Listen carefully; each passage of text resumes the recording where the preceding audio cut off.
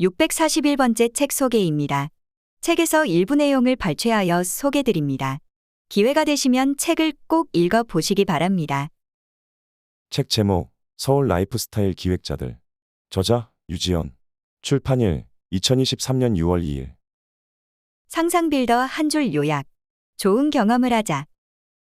책 소개. 사람들이 좋아하는 경험은 어떻게 설계되는가? 지금 최고의 플레이어들의 반짝이는 영감과 일에 관한 생각. 지나칠 수 없는 책이다. 김난도 서울대학교 교수 강력 추천.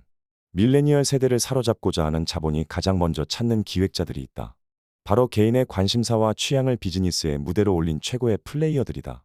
기획자는 제품 하나 서비스 하나를 파는 것이 아니라 이런 생활 방식은 어떤가요? 라고 말을 건네는 이들이다. 포인트 오브 뷰, 연남장, 프로젝트 렌트, 농부시장 마르쉐, 어니언, 코사이어티, 밀리언 아카이브, 보마켓 등 서울의 감각을 새롭게 만들어가고 있는 멋진 크리에이터들의 반짝이는 영감과 일에 대한 생각을 담았다. 사람들이 좋아하는 것에서 길을 찾아야 하는 마케터, 1인 크리에이터, 브랜드 매니저, 편집자 등 창의적인 워커들에게 라이프스타일 비즈니스의 기본과 브랜딩 전략을 알려준다. 지나칠 수 없는 책이다 라며 김난도 서울대학교 교수가 강력히 추천했다. 밀레니얼을 사로잡은 강렬한 콘텐츠의 비밀. 라이프스타일 비즈니스의 기본과 지속 가능한 브랜딩 전략. 스타트업 종사자, 1인 크리에이터, 창업가, 대기업 브랜드 매니저에게 뿐만 아니라 사람들이 좋아하는 것에서 길을 찾아야 하는 마케터, 편집자, 디자이너, 디렉터 등에게 라이프스타일 비즈니스의 기본과 지속 가능한 브랜딩 전략을 알려준다. 대한민국 트렌드 분석의 1인자 서울대 김난도 교수가 개인의 취향이 어떻게 비즈니스가 되고 또 하나의 문화로 확대 재생산되는지 그 생생한 비결이 파노라마처럼 펼쳐진다. 오늘날 서울의 문화 지도를 바꾸고 있는 기획자들의 반짝이는 이야기.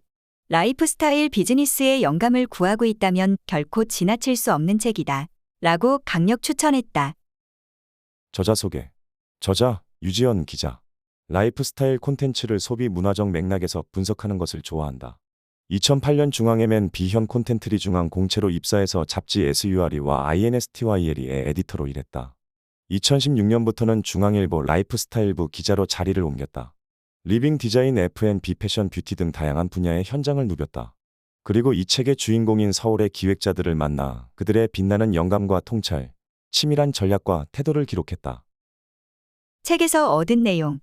오프라인의 하락세는 예견된 일이다. 100가지의 상품이 있다는 의미의 백화점은 수만 가지 상품을 한 번에 보여주는 온라인 매장을 따라가기 어렵다. 아마존과 쿠팡 등 온라인 기반의 대형 유통 플랫폼이 나타나면서 이러한 흐름은 더욱 거세졌다. 방향이 아니라 속도에 영향을 미쳤던 코로나19 팬데믹은 온라인의 날개를 달아주었다.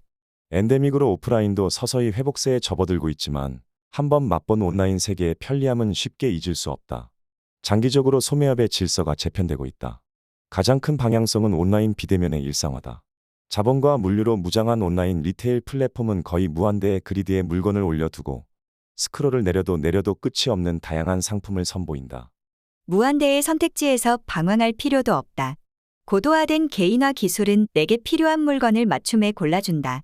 장바구니에 담은 물건은 엄지손가락을 몇 번만 놀리면 문 앞으로 배송된다.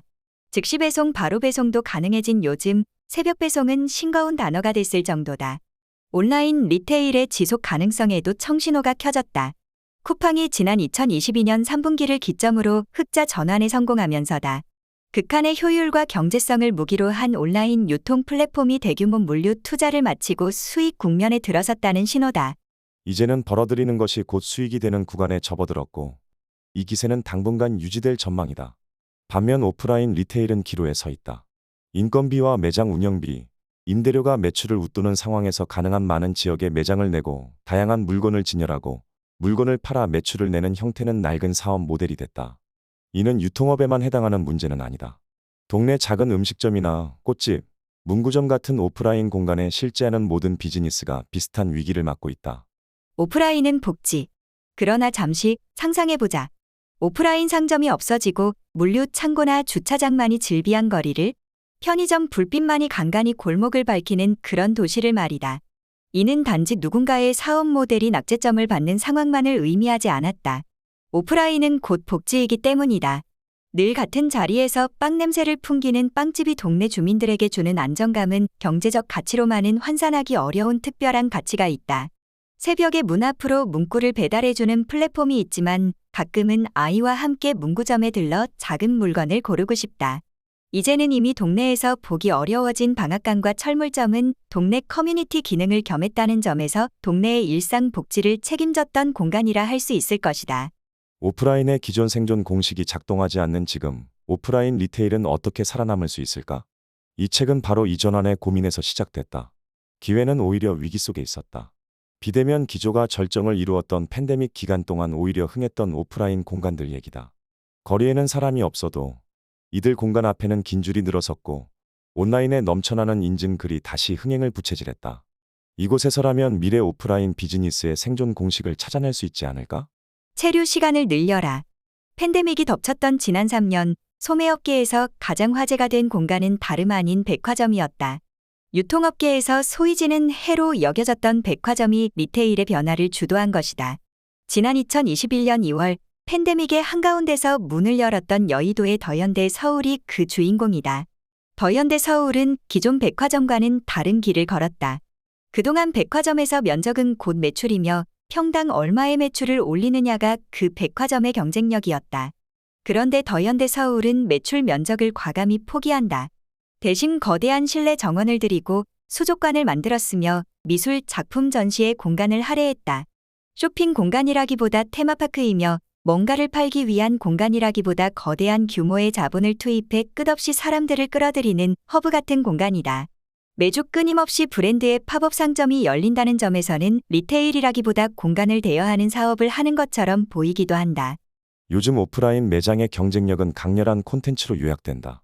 어떻게든 찾아가게 만들고 체류 시간을 늘리는 전략이다. 과거에는 매력적인 물건만으로도 백화점에 갔다. 온라인에서 지구 반대편 물건도 공수할 수 있는 지금은 좋은 물건보다 매력적인 경험이 필요하다. 물건이 아닌 경험 콘텐츠를 팔아야 한다. 상품이 아니라 정서를 판다. 물론 백화점과 같은 대형 자본만이 이 게임에서 이기는 것은 아니다. 작은 규모의 가게라도 개성이 있다면 살아남을 수 있다. 실제로 작지만 매력적인 가게는 여전히 사람들의 발걸음을 이끈다. 카페에서 창작자를 위한 도구를 파는 문구점으로 재개장한 성수동의 포인트 오브 뷰는 주말이면 몰려드는 방문객으로 웨이팅 리스트가 생긴다. 안구역 인근 오래된 건물 속에서 복고풍 음향기기를 소개하는 레몬서울은 같은 취향을 찾아 공유하는 이들의 참새 방앗간이 되었다. 이들은 모두 이곳이 아니면 경험할 수 없는 강렬한 콘텐츠를 지닌 가게다. 연남동을 기반으로 여러 오프라인 공간을 운영하는 홍주석 어반플레이 대표는 온라인이 대체할 수 없는 것들을 서비스하는 오프라인 공간이 살아남는다. 라고 말한다. 예를 들어 대전의 성심당이나 서울 태극당과 같은 오래된 빵집은 빵이라는 강력한 콘텐츠와 함께 그 공간에 가서야만 느낄 수 있는 역사성을 소비자에게 선사한다. 색다른 경험, 즉 상품이 아니라 정서를 파는 것이다. 카페 어니언이 광장시장에 문을 연 이유도 마찬가지다. 지역성을 기반으로 늘 독특한 공간 감수성을 절묘하게 버무려온 어니언의 실험적 시도가 돋보이는 곳이다. 비닐 천막 사이로 놓인 플라스틱 의자 위에서 마시는 커피는 충분히 색다른 정서적 경험이 된다. 요즘 서울, 요즘 동네. 요즘에는 세계 여러 도시 중에서 서울이 제일 재미있다고들 한다. 사실 서울에서는 하루가 다르게 새로운 공간이 생기고 있다. 불과 10년 전만 해도 동네가 다 밋밋했다. 강남역이나 청담동, 홍대 정도의 대형 상권, 백화점, 클럽, 먹자골목 정도가 다였다. 지금은 을지로, 연남동, 서촌 등 서울 곳곳에 각각 나름의 색이 있는 지역이 생겼다. 서울의 실력이 뛰어난 기획자가 많이 등장했기 때문이다. 지역의 색을 살리는 것이 중요하다는 것을 체감으로 아는 것 같다. 과거에는 어디를 가든 새로운 것, 세련된 것을 선호했다. 그런데 지금은 그 동네에 어떤 매력을 살릴 수 있을지를 고민한다. 성수동에 붉은색 벽돌 건물이 많은 것을 보고 오르에르를 벽돌 건물로 만들었다. 동네 분위기에 녹아들 수 있도록 간판도 작게 달았다. 앞으로 서울은 어떻게 변모할까? 연남동과 연희동. 2012년 작업실을 낼 때 보니 홍대 쪽에 콘텐츠를 기반으로 사업하는 회사들이 몰려 있었다. 홍대 주변은 비싸서 연남동 반지하에 들어갔다. 지내보니 동네의 매력이 상당했다. 일단 콘텐츠를 생산해내는 사람들이 많다. 단순한 식음료 업장이라도 젊은 사람이 자기만의 브랜드와 레시피로 운영한다. 지역을 지켜내는 힘이 바로 다양성인데 연남동과 연희동 일대는 그런 다양함이 있었다. 단독주택이 많은 지역이라 높은 건물이 없고 평지라서 산책하듯 거닐기 좋다는 물리적인 장점도 있었다. 목적성이 가장 중요하다. 왜 이 공간을 만들어야 할까? 를 가장 먼저 생각한다. 그런 다음 텍스트로 된 설계도를 짠다. 수도 없이 다양한 검색어를 넣어 검색부터 한다. 아주 집요하게 한다. 그 분야가 가장 발달한 나라의 언어를 비롯해 영어, 일본어, 독일어, 프랑스어 단어를 넣고 괜찮은 결과물을 찾기를 반복한다. 여러 방면으로 그물망을 펼치면 반짝이는 것이 걸려든다. LCDC 서울의 경우 브랜드와 공간을 집필한다면 어디서부터 시작해야 할까? 부터 고민했다. 그러다 이야기를 풀어내는 구조를 공간에 대입해보면 어떨까 싶었다. 복합 문화 공간은 여러 공간이 다층적으로 겹쳐 있다. 그래서 이야기 속의 이야기라는 핵심어를 떠올렸다. 프로젝트의 마스터 플랜을 짜면서 가장 중요한 대전제가 그렇게 정해졌다. 그리고 단편과 장편, 액자식 구성, 옴니버스 구성, 직렬과 병렬식 구성 등을 공간에 대입해 표현했다. 1층의 카페에는 공간 안에 작은 공간이 다시 한번 펼쳐지고 3층에는 여러 공간이 병렬식으로 이어진다. 4층 바에서는 추신이라는 이름처럼 못다한 이야기를 풀어낸다. 취향에는 좋고 나쁨이 없다고 생각한다. 하지만 얕거나 깊을 수는 있다. 어떤 분야에 깊은 취향이 생기면 좋고 나쁨을 떠나 눈여겨볼 만한 가치가 생겨난다.